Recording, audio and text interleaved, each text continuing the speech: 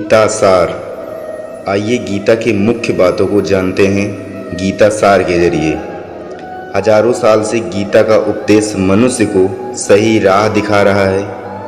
धर्म, कर्म, माया, मोह, जीवन मरण के बारे में बताया गया। आइए गीता का सार जानें।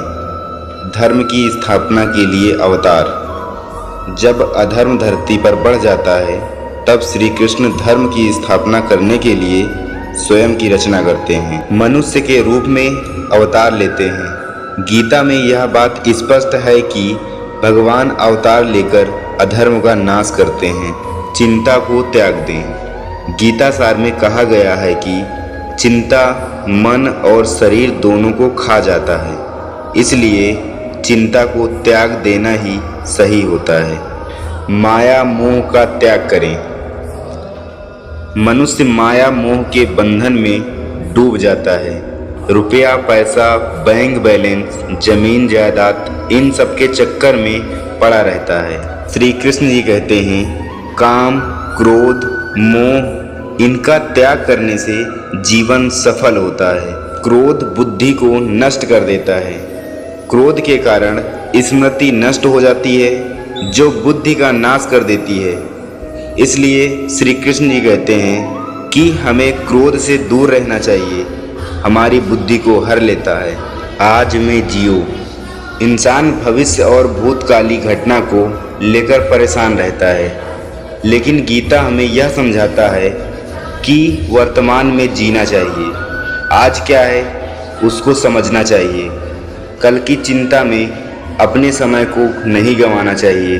गीता का सार यह है कि अगर आज हमारा सही है तो आने वाला वक्त भी सही होगा, और यही वक्त जब गुजर जाएगा तो हमारा भूत भी अपने आप सही हो जाएगा। इसलिए वर्तमान में जीना चाहिए। बीती बात को याद नहीं करना चाहिए, क्योंकि बीती हुई बात में अगर दुख होगा तो वो आपको दुखी बनाएगा। अगर बीती हुई बात में सुख होगा तो सुख की कल्पना में आप खो जाएंगे।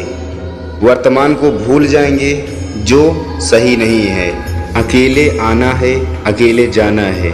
इस संसार में हर चीज यहीं रह जाती है सिवाय आत्मा के। इसलिए गीता में कहा गया है कि जिस धन संपत्ति और वैभव के लिए इंसान परेशान रहता है उसके लिए वह पाप भी करता है, लेकिन वास्तव में जब वह इस दुनिया से विदा लेता है तो साथ में उसके अच्छे और सच्चे कर्म ही जाते हैं। शरीर यहीं रह जाता है और आत्मा एक नए सफ़र के लिए चला जाता है।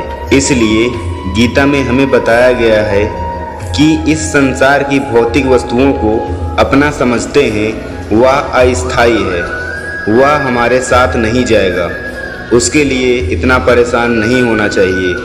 अपने जीवन को पुण्य से भरना चाहिए ताकि हमारी आत्मा परमात्मा से जब साक्षात्कार करे तो उसे आनंद की अनुभूति हो। मशहूर फिल्म का एक गीत है जो गीता का सार ज्ञान है। ना हाथी है ना घोड़ा है, बस पैदल ही जाना है। कहने का मतलब है इस संसार में तुम्हारा कुछ भी नहीं है। इन भौतिक चीज़ों को केवल उपयोग तक ही सीमित रखें, इनसे दिल ना लगाएं। मौत और जिंदगी का चक्र, जिसे हम मौत समझते हैं, वास्तव में वही जीवन है, क्योंकि शरीर में आत्मा जब अलग होती है तो वह नए शरीर में प्रवेश करती है। यह जन्म चक्र है, जहाँ दुख है वहीं सुख है। गीता का सार कहता है कि हर समय बदलता रहता है। इस बदलाव का नाम ही जीवन है। यह शरीर 5 तत्वों से अग्नि, जल, वायु, पृथ्वी, आकाश से बना है। मृत्यु के बाद यह शरीर इसी लोक में मिल जाती है, लेकिन आत्मा परलोक की यात्रा में चला जाता है। कर्म योगी बनने की सीख। मनुष्य के लिए कर्म से बड़ा कुछ नहीं है, इसलिए अर्जुन से कहते हैं कि कर्म पर ही तुम्हारा अधिकार है, लेकिन कर्म के फलों में कभी नहीं। कर्म करो लेकिन इसके फल की चिंता ना करो। इसलिए भगवत गीता में लिखी इन बातों को अपने जीवन में उतार लेना चाहिए कि कर्म के बिना कुछ संभव नहीं है। ईश्वर की शरण में जाओ। श्री कृष्ण जी कहते हैं कि मेरी शरण में आओ, मैं तुम्हें हर पापों से मुक्त कर दूंगा। इसलिए गीता के सार में इस बात को समझाते हैं कि वास्तव में ईश्वर की शरण में जाने से सारे पाप और दुख मिट जाएंगे और ईश्वर से खुद का साक्षात्कार हो जाएगा। गीता सार। क्यों व्यर्थ की चिंता करते हो? किससे व्यर्थ में डरते हो? कौन तुम्हें मार सकता है? आत्मा ना पैदा होती है ना मरती है। जो हुआ वह अच्छा हुआ, जो हो रहा है वह अच्छा हो रहा है, जो होगा वह भी अच्छा होगा। तुम भूत का पश्चाताप ना करो, भविष्य की चिंता ना करो। वर्तमान चल रहा है। तुम्हारा क्या गया जो तुम रोते हो? तुम क्या लाए थे जो तुमने खो दिया? तुमने क्या पैदा किया जो नष्ट हो गया? ना तुम कुछ लेकर आए, जो लिया यहीं से लिया, जो दिया यहीं पर दिया, जो लिया इसी से लिया, जो दिया इसी को दिया। खाली हाथ आए और खाली हाथ चले। जो आज तुम्हारा है कल और किसी का था, परसों और किसी का होगा। तुम इसे अपना समझकर मग्न हो रहे हो। बस यही प्रसन्नता तुम्हारे दुखों का कारण है। परिवर्तन संसार का नियम है।